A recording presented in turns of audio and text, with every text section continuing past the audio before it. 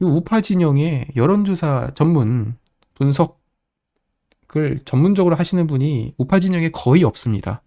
민주당에서는 진짜 뭐 수십 명이 있는데요. 우파 진영에서는 여론조사 전문가가 없고, 그러다 보니까 이제 일방적으로 언론에서 보여주는 이런 결과만 보고선 우리가 살펴보는 건데, 오늘은 그런 점에서 그 푸른한국의 전영준 대표님 모셔보고 지난번 총선이나 어쩌면 이런 여론조사에 있어서 제가 볼 때는 우파 진영의 최고의 전문가라 생각을 합니다. 이번 총선 좀 결과에 대해서 한번 우리가 이런 추이나 추세를 한번 좀 예측을 해보고자 합니다. 한번 전화 연결로 모셔보도록 하겠습니다. 예, 안녕하십니까? 예, 안녕하세요. 푸른한국닷컴의 전용준입니다. 예, 이제 오늘 사전 투표가 끝났습니다. 예, 네, 이거 투표율이요, 이거 상당히 좀 높은데요. 이거 좀 어떻게 봐야 예. 되겠습니까? 저는 우리 보수 우파 성향의 분들이 많이 참여했다고 저는 보고 있습니다. 예, 예, 아까 우리 송 대표님이 얘기한 대로, 2030, 젊은 층들이 좀 약간, 참석을 안 했다고 하는데, 네, 반면에 우리는, 국민의힘 지지자들이 많이 투표장에 갔다고 저는 보고 있습니다. 예. 그 예. 이번에는 이제 참 이 부정선거나 이런 부실 선거와 관련된 여러 가지 걱정이 많은데요. 이번에 좀 예. 걱정을 좀 덜 수 있을까요? 수개표를 한다고 하니까요. 네. 일단 그런 부분에서 좀 믿고 우리가 지켜보는 음, 것도 좋을 것 같습니다. 예. 예. 그러면요, 오늘 이렇게 자료를 또 이렇게 준비를 해주셨는데, 예. 이번에 이제 주제가 좀 어떻게 될까요? 2016년 총선을 보면 이길 수 있다라는 어, 제목을 갖고 한번 예, 살펴보겠습니다. 네, 예. 2024, 요즘 나오는 이 총선 판세 보도 보면 다 이런 걸 많이 보실 수 있을 겁니다. 네, 민주 우세 지역구 110구, 경합 지역은 50, 60구, 지금 민주당이 다 이기는 거로 지금 이렇게 발표되고 있죠. 네, 심지어는 조선일보에서도 지금 민주당이 앞서는 거로 이렇게 보도되고 있는데, 네, 어, 여기에 이제 초접전 지역, 박빙 지역이 보통 50군데에서 60군데 좀 나오고 있습니다. 근데 이게 이제 이 승패를 좌우하는데, 네, 지난 2016년 총선 보도를 보면은, 예, 우리가 지금 실망하거나 절망하거나 낙담할 필요는 절대 없다고 저는 보고 있습니다. 네, 이게 2016년 4월 총선 판세 보도들입니다. 내가 이렇게 검색을 해가지고 이렇게 캡처해서 다 아, 올려놨거든요. 예, 예. 2000년 4월 총선 보세요. 새누리당 160석, 네, 더민주 110석, 국민의당 40석, 새누리당, 심지어는 한겨레 신문에서도 새누리당 107석 육박, 민주당 100석도 위태, 이런 어, 보도가 나왔었어요. 지금이랑 제목이 비슷하네요. 똑같죠? 예, 지금 딱 똑같죠? 민주당에서 170석, 180석, 국민의힘 100석도 예, 위태 이렇게 나왔었죠. 그렇죠. 한국일보에서도 여당 154, 민주 89석, 국민의당 27석, 이렇게 보도되고 있지 않습니까? 예, 예. 또 뒤에 표지를 봐도 마찬가지입니다. 다른, 네, 에도 보면은 뉴스 안에서도 보면은 비례 포함해도 100석 어렵다. 예, 민주당이. 새누리당은 180석 가능하다. 이렇게 얘기를, 보도들이 네, 했죠. 예, 당시 새누리당 당직자들도 우리가 170석, 180석 가능하다고 그렇게 들떠 있었어요. 다 이긴다고. 네, 예. 그래서 그때 이제 그때 대래 이제 그때 보수층들이 이긴다고 하니까 투표장에 안 갔어요. 아, 그래서 투표율이 58% 낮았어요. 투표율이 대래. 아, 예. 그래서 그 결과를 한번 보죠. 예, 2010년 4월 총선 결과를 보면 투표율이 58%지 않습니까? 네, 상당히 국회의원 총선 투표치고는 상당히 낮았어요. 네, 예. 그 결과를 보세요. 새누리당 지역구에서 105석 얻었어요. 더불어민주당 110석 얻고. 그러니까 언론 보도랑 완전히 다르지 않습니까? 오히려 지역구는 민주당이 더 많이 가져갔네요.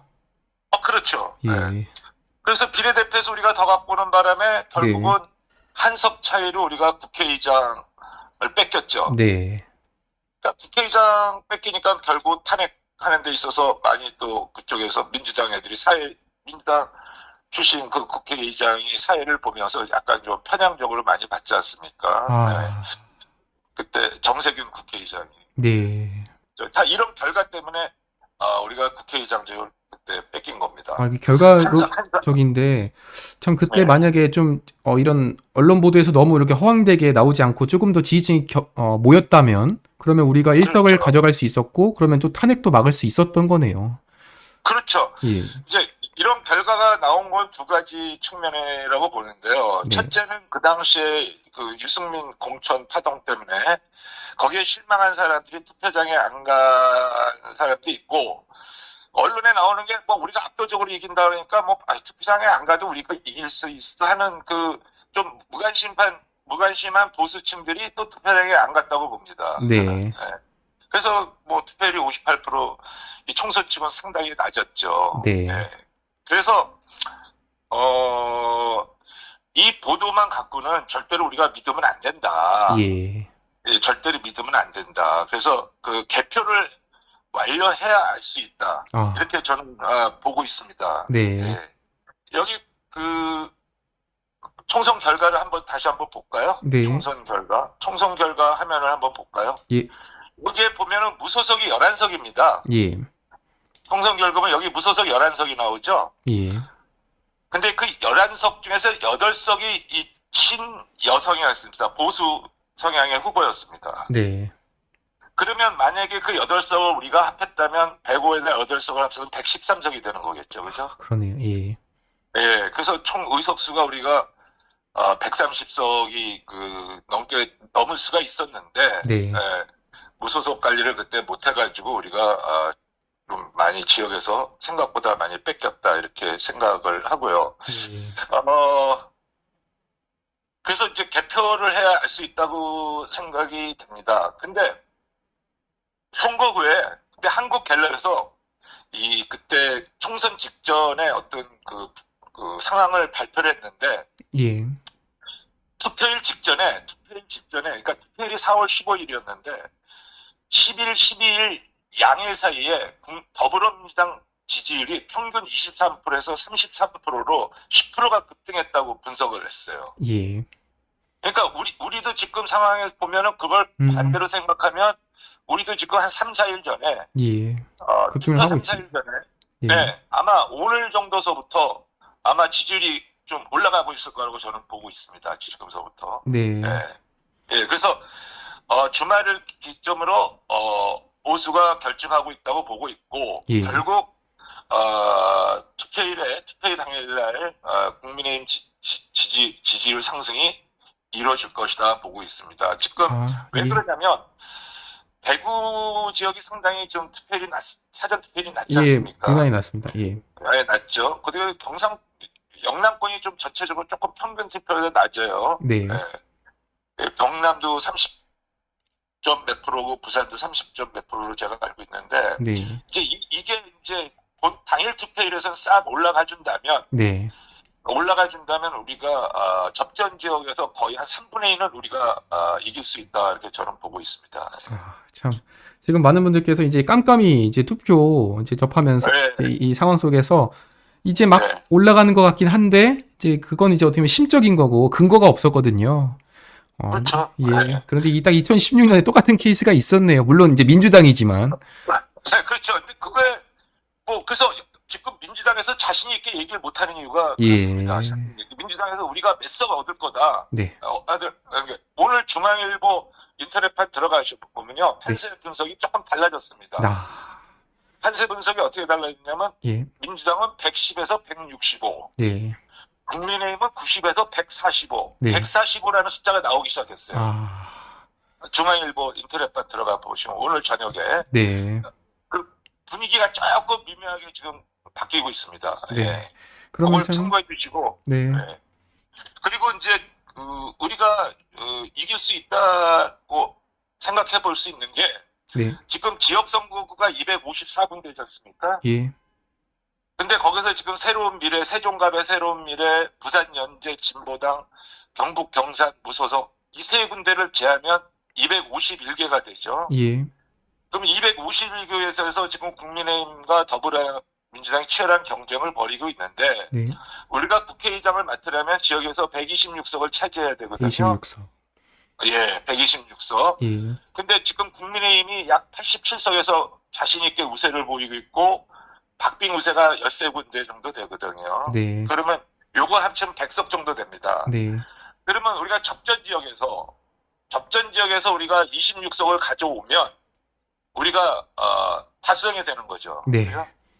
근데 접전 지역이 이게 가져올 수 있다고 저는 보는 게 부산이 지금 13군데, 12군데 이렇게 접전 지역인데 거기서 내가 볼 때 한 최소 5에서 7석을 갖고 올 수 있다고 보거든요. 예, 그다음에 얘가 지금 사상이 완전히 변했지 않습니까? 네. 예, 사상이 50%가 넘는 지지율을 나타나고 있고 북구 을도 저는 이길 거라고 보고 있고요. 예. 예, 양산 을도 이길 거라고 보고 있고 결국은 저는 그렇게 또 거제도 이길 거라고 보고 있습니다. 박빙이지만 예. 결국은 이길 거라고 보고 여기에 또 서울 접전 지역 같은데 영등포 갑을, 동대문 을, 중구 송동 갑을, 뭐 강동 갑 요 서울 또 종로 용산 이런 데서 또 한 7석 정도만 우리가 갖고 오고 네. 경기 분당갑 이런 데서 또 경기 지역에서 한 7석 갖고 오고 그러면 뭐 26석은 우리가 충분히 얻을 수 있다고 보고 있습니다. 예. 특히 여러분들 잘 모르시는 게 있는데 경기도에서 경기 오산에서 우리 국민의힘 후보가 상당히 선전을 하고 있어요. 지금 몇 퍼센트, 오차범위 내까지 좁혀졌더라고요. 아니요. 1.2%까지 따라붙었어요. 아, 예, 2%까지 따라붙었고요. 예, 하남갑도 지금 많이 추월을 한 상태, 많이 쫓아간 상태고, 네, 또 용인갑도 그렇고, 수원정도 이 뚜껑을 열어봐야 알 수 있는 곳입니다. 그래서 네. 이런 데서 우리가 만약에 이긴다면, 126석은 되지 않겠는가, 저는 이렇게 생각이 되는 거죠. 그래서 이제 결론은 뭐냐? 2016년처럼 민주당이 투표일 3, 4일 전 앞두고 지지층이 결집했듯이 예, 우리도 지금 지지층이 결집하고 있는데 이 지지층이 투표장에 가야 됩니다. 네, 이제 투표장 가는 일만 남았어요, 지금요. 예, 예, 그래서 투표를 높이는 일. 민주당이 70% 넘으면 자기네들이 유리하다고 보는데 저는 그렇지 않게 생각합니다. 총선 투표율이 70%가 넘어가면 네, 우리가 더 유리하다고 봅니다. 예, 그래서 여러분들 주위에 있는 분들한테 투표장에 가도록 하고요. 사실 뭐 대통령 미워하는 사람도 있고 국민의힘 미워하는 사람도 있고 이래서 싶고 저래서 싶고 아마 이번 기권하려고 하는 사람도 있고 또 혹시 또 뭐 민주당 지지하려고 하는 사람도 있는데 예, 이제 뭐 우리가 윤석열 정권 아직 단 한 점도 안 돌았습니다. 이제 2년 됐는데 네, 앞으로 남은 3년이 더 있지 않습니까? 네, 그래서 3년 잘하라는 의미에서 요번엔 투표장 가서 국민의힘을 많이 찍어주는 게 결국 나라 살리는 거 예. 아닌가 이렇게 저는 생각이 듭니다. 아, 예, 감사합니다. 저희 시청자분들께서 많이 걱정하셨는데, 저희 전용준 대표님의 이런 말씀으로 조금은 마음을 좀 놓을 수 있을 것 같습니다. 마음을 놓으시면 안 되고요. 아, 예, 그럼요. 투표 네. 대표까지는 우리가 끝까지 예, 열심히 맞습니다. 노력해야 될 것 같습니다. 예, 예, 그러면요, 예, 지금까지 대표님, 전용준 대표님 모셨습니다. 예, 감사합니다. 예, 감사합니다. 네. 예. 예, 시청자 여러분, 여기까지 한번 준비를 해봤습니다. 그 여론조사 얘기하는데, 무슨 장희찬 후보 관련해가지고 아주 치열하게 이렇게 토론을 하고 계시더라고요. 제가 항상 말씀드리지만, 토론 좋습니다. 다만, 어찌되었건, 우리의 이 유권자로서, 주권자로서 4년에 한 번씩 행사할 수 있는 이런 투표장에 일단 가신 다음에 투표권을 행사하시고선, 그 다음에 이렇게 말할 수 있는 자격이 있다. 전 이렇게 생각을 합니다. 그런 점에서요, 저는 충분히 시청자분들의 생각을 존중하겠습니다. 정답은 모르는 겁니다. 그리고 지금 여기서 장희찬 후보를 향해 무조건 사퇴라가 아니라 저는요, 단일화로 가던 합의를 해서 내려와야 되는 거지 일방적으로 한 명한테 찍어 누르는 건 저는 아니라고 봐요. 그런 점에서 우리가 좀 조금은 이렇게 감정적인 걸 내려놓고선 조금은 더 멀리 볼 수 있는 이런 대화를 했으면 좋겠습니다. 네, 일단 오늘 전은준 대표님의 이 방송에 요약을 한번 해보겠습니다. 정말로 이게 참 의미가 있는 분석이었습니다. 그러니까 이 지금 총선 판세를 보면은 민주당이 뭐 180석, 뭐 우세강억, 압도적이다 이렇게 얘기가 나오고 있는데 이게 딱 2016년 때 새누리당 모습이랑 똑같다는 거예요. 그때 민주당이랑. 물론 이때는 이제 당이 반대죠. 그러니까 2016년 8년 전 총선 때는 새누리당이 160석이다. 민주당은 100석도 힘들다. 이게 심지어 한겨레에서도 나왔다고요. 새누리당이 그냥 다 가져갈 거다. 그러니까 이런 보도가 결국에 어떤 길로 이어졌습니까? 지지층이, 민주당 지지층이 뭉쳐버리고 새누리당 지지자들이 투표장에 안 가는 결과로 이어졌다는 겁니다. 이건 정말 참 충격적이었습니다. 저는 그냥 단순히 아쉽게 한 표 차이로 진 줄 알았더니 그게 아니라 너무나 여론이 좋으니까 안 가버린 거예요. 지지자들이 어차피 이긴다는데 내가 뭐 굳이 갈 필요 있어? 반대로 민주당에서는 야 이거 큰일 났다.